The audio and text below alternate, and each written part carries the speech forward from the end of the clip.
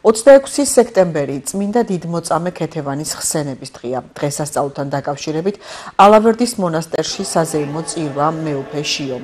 აბბა ალავერდელ მიტროპოლიტ დავითთან ერთად აღავლინა, შემდეგ მრევლს ქადაგებით მიმართა. გადამოცემის თანახმად წმინდა ქეთევანმა ქრისტიანობა არ უარყო, რის გამოც შაჰ-აბასის ბრძანებით განსაკუთრებული სისასტიკით აწამეს.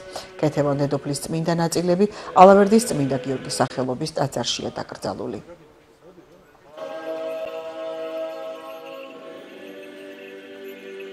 ჩვენი ეკლესია დიდმოწამე ქეთევანს საქართველოს მნათობს უწოდებს და იგი მართლაც მნათობივით გამოფწყინდა ჩვენი ერის ისტორიის ერთ-ერთ ყველაზე რთულ პერიოდში, როდესაც გარეშე მტრის ზეწოლა იმდენად ძლიერი იყო, რომ ქართველთა შორის მრავალი ღალატობდა სარწმუნოებას და მაჰმადიანობას იღებდა.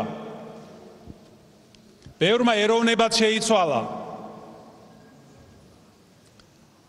და მრავალი ადამიანი კი ბრძოლის ველზე დაეცა სამშობლოს დამოუკიდებლობისთვის.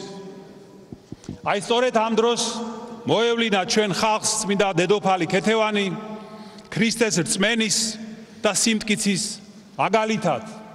მთელი მისი ცხოვრება სავსე იყო განსაცდელებით ახალგაზრდობიდანვე, მაგრამ ყველაზე მძიმე იყო მისთვის მისი შვილიშვილების მოწამებრივი აღსასრული და როდესაც შაჰ-აბასმა მას შესთავაზა რჯულის გამოცვლა და მაჰმადიანობის მიღება და მისი ცხოვრების ბოლო წლები, რომლებიც მან ტყვეობაში გაატარა, სასტიკი წამებით დასრულდა, მაგრამ მიუხედავად ამისა, მისი სიმტკიცე ვერანაირმა წამებამ და ტანჯვამ ვერ შეარყია. როგორც მოგვითხრობენ მისი წამების თვითმხილველები და თანამედროვენი,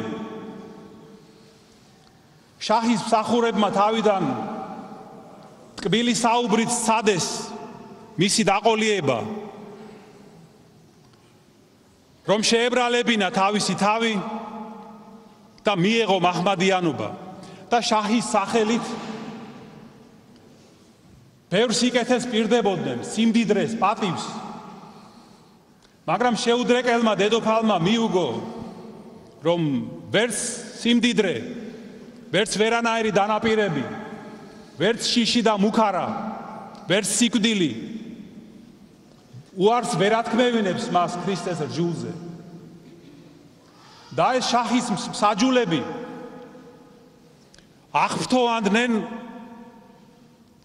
ასეთი მისი სიმტკიცით, მაგრამ მაინც სცადეს ერჩიათ, რომ შეეცვალა რჯული, ვინაიდან მისი ასეთი გადაწყვეტილება ურყევი და მტკიცე აუცილებლად წამებამდე მიიყვანდა და უთხრეს, რომ შაჰმა ბრძანა უსასტიკესად ეწამებინათ იგი. და ის საოცარია მისი სიტყვები, რომელსაც გადმოგცემს ჩვენ კათოლიკე ბერი, რომელიც იქ იმყოფებოდა იმჟამად ამბროზიო ანჟუში. დედოფალმა უთხრა, რომ ასეთ წმინდა და სამართლიან საქმეში რჩევა ზედმეტიაო და სთხოვა, რომ მალე აღესრულებინათ შაჰის დავალება.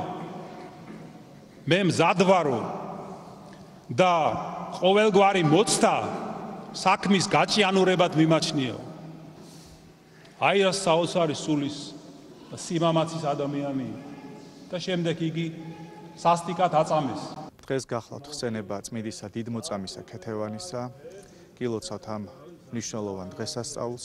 ეს წმინდანი გახლავთ არამხოლოდ საქართველოსთვის და ქართული ეკლესიისათვის ცნობილი წმინდანი, არამედ ეს არის სოფლიო მასშტაბის განთქმული წმინდანი, რადგანაც როდესაც მოხდა მისი წამება, ეს აღწერეს მისი ცხოვრება და მისი წამება აღწერეს ასევე აქ ყოფმა კათოლიკე მისიონერებმა, რომლებიც იყვნენ გაოცებულები და როგორც რამოდენიმე ჟახთა აღწერელი დასწერს წმინდა ქეთევან დედოფალზე, ის იყო უქრისტიანესი დედოფალი, რომელმაც სასახლეში ფუფუნებითა და მდიდრულ ცხოვრებასთან შედარებით აღირჩია ქრისტესათვის წამება, ცათასასუფეველში მყოფობა და მან უარი განაცხადა ამ სიმდიდრეზე, ამ სიამეთმოყვარეობაზე, სასახლეში ფუფუნებით ცხოვრებაზე და აღირჩია ქრისტე, ქრისტიანული ცხოვრება, ქრისტესთვის წამება, ცათასასუფეველი და მიიღო მოწამეობრივი აღსასრული.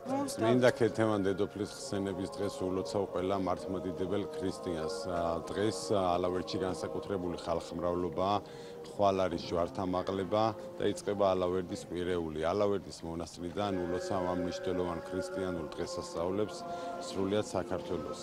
მთელ საქართველოს მინდა მიულოცო დღევანდელი დღე საქართველოს მნათობის დიდმოწამე ქეთევანის ხსენების დღე.